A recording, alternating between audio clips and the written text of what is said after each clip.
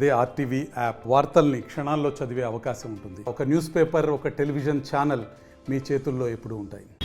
ఒక పక్క రాష్ట్ర ప్రభుత్వం 6 గ్యారెంటీలు సంక్షేమ పథకాలు విడుదల చేస్తున్న నేపథ్యంలో కూడా మహబూబ్నగర్ నియోజకవర్గంలో ఏదైతే ఎన్ఎన్ శ్రీనివాసరెడ్డి 6 గ్యారెంటీలో 7వ గ్యారెంటీ మహబూబ్నగర్లో కూడా స్థానికంగా ఉన్న ప్రజలు ఏదైతే చిరు వ్యాపారస్తులు గ్రామీణ ప్రాంతాల నుంచి ఇక్కడ కూరగాయల మార్కెట్ దగ్గర విక్రయిస్తారో వారికి థై బజారు నేను 7వ గ్యారెంటీగా ఇస్తానని చెప్పుకొచ్చారు ఎన్నికల హామీలో. ఇప్పుడు ఈ మహబూబ్నగర్ పట్టణంలో కూడా థై బజార్ ఎత్తివేశారని చెప్పి తెలుస్తుంది. ప్రస్తుతం మన దగ్గర మనం మహబూబ్నగర్ పట్టణంలోని క్లాక్ టవర్ ప్రాంతంలో ఇక్కడ పండ్ల వ్యాపారస్తులు కూడా ఇక్కడ ఏదైతే రోడ్డు పైన కూడా ఎత్తివేస్తున్నారు.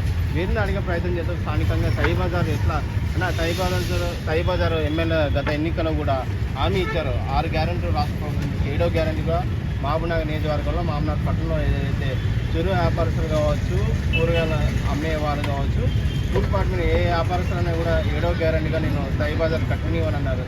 దీని ఎట్లా వస్తుంది?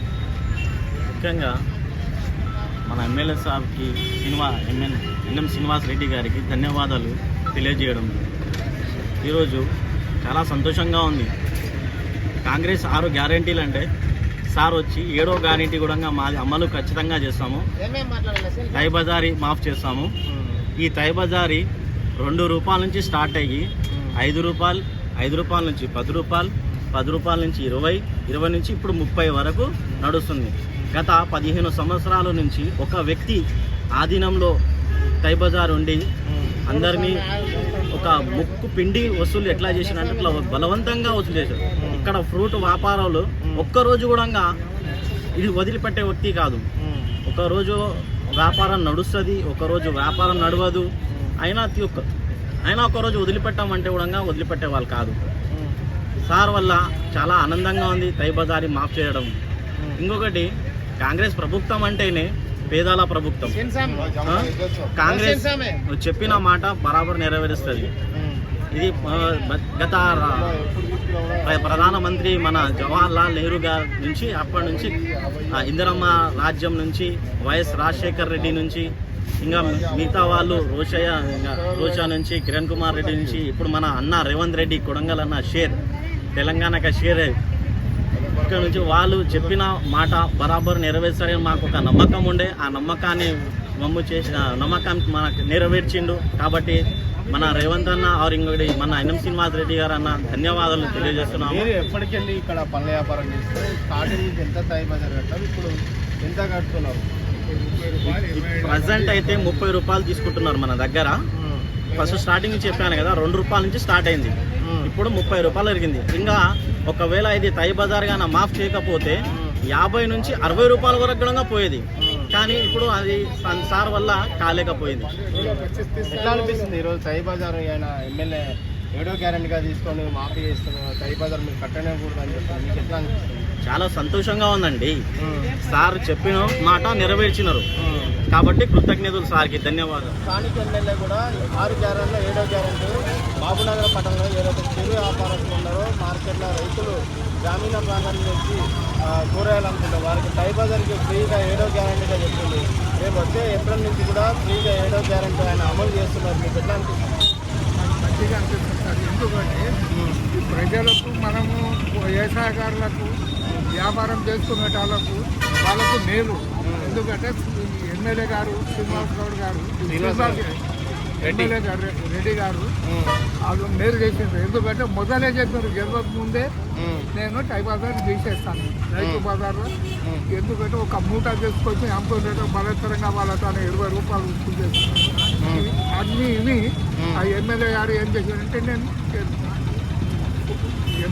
కౌంటింగ్ అయిన ద్వారానే మీకు మేలు చేసేస్తాను, థై బజార్ తీసేస్తా అని చెప్పాను. ఎందుకంటే నేను ఒక్కరే కాదు, మహబూబ్నగర్ జిల్లాలో మస్తు ఉన్నారు వీధులు అమ్ముకునేటోళ్ళు.